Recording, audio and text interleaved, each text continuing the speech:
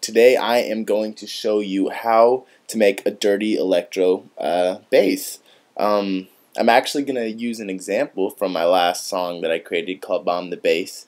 A few of you said that you wanted me to make a tutorial for that sound. So I'm going to first show you what the bass sounds like. So here, take a listen.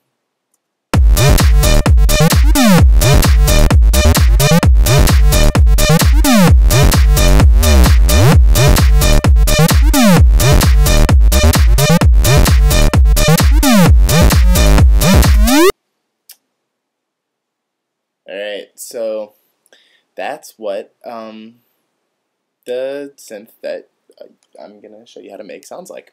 So let me open up a fresh new page. File, new. Okay. Alright, so this bass sound is unique to me. I did make this from thin air, but it sounds very similar to other basses that some other famous producers use, like Bass Hunter, Calvertron, Twacker, people like that.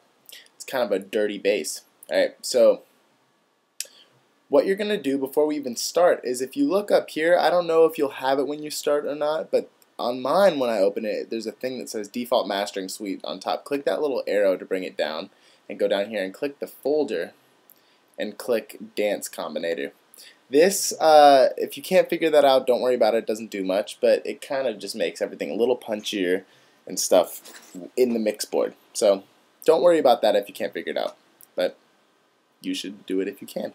Alright, so first things first. Create a mouse drum gradable synthesizer. Like so. And set the polyphony to 1 and the range to 14. Also set the portamento, let's set it to about 36. Alright, over here, set the motion to 64. Set the octave to 2. And let's use the square 4 sound on our first oscillator. That's an oscillator A.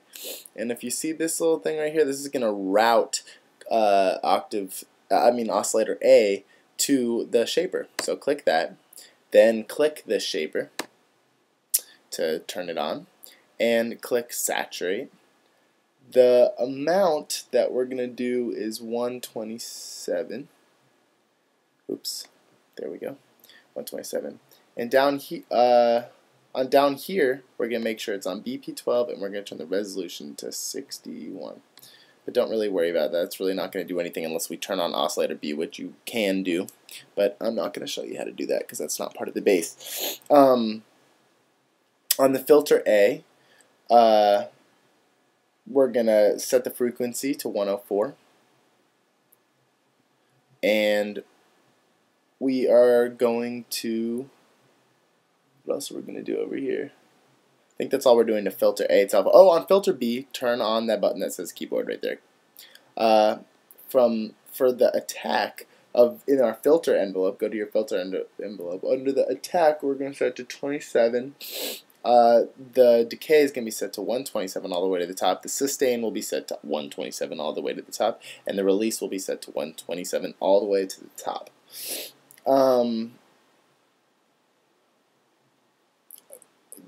There's a little knob right here that says amount, the filter envelope amount. We're going to set that to about 38.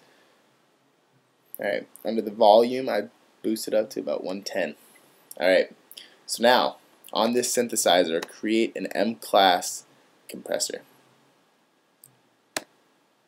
And take the threshold, and I'd say move the threshold down to about 29.2. You don't want it all the way on this synth.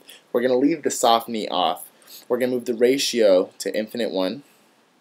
We're going to move the attack all the way to 1 and the release all the way to 600. Okay. Next, create an ARP. So here's the RPG8. And just move to 4-2 up there. Up here. 1 octave is fine. hopefully it comes up as 1/16. That's what you want, is 1/16. Maybe move the tie down a little bit. I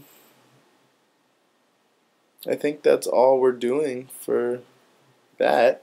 And now that's the synth right there. But if you played it like this, it would sound a little muted and quiet, and it would not have the same qualities as the song that I played for you earlier. So what you need to do is sidechain the synth. So now, create your redrum drum computer that your drums are going to be in. And in channel 1 or whatever channel you want, click a bass drum to go on 1, 5, 9, and 13.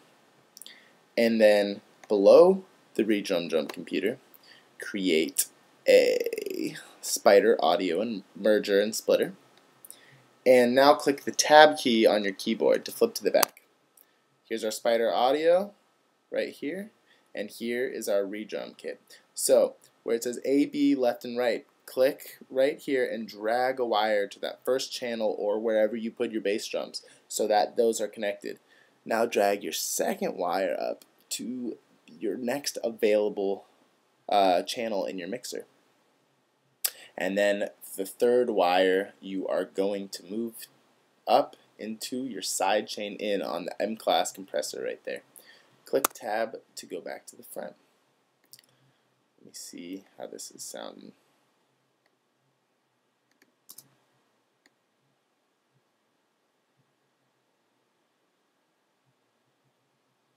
That sounds right to me. Yeah, that's the exact synth that I used to make that song. Now, to give you some tips on how to make this sound cool, what I would do is, first of all, not have the ARP on all the time. And second of all, use the pitch wheel, because that's what kind of gives it, it's not a wow bass sound, but it's kind of a whoom, like a rolling sound. So if you like play a note and go slowly up and down on the pitch wheel, that sounds really cool. Also, to turn the ARP on for little spots of the song will give it a little kick, but I think to have the ARP on the whole time can get a little bit repetitive, but it sounds cool, so don't be afraid to use it.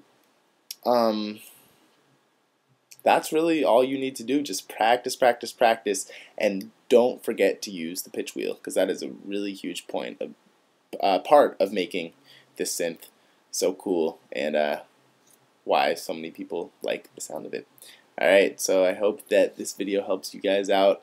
I wish I could explain more about how to make the actual bass line I did, but it really would take too long. But that's the sound. So I hope that's enough for you guys. Alright,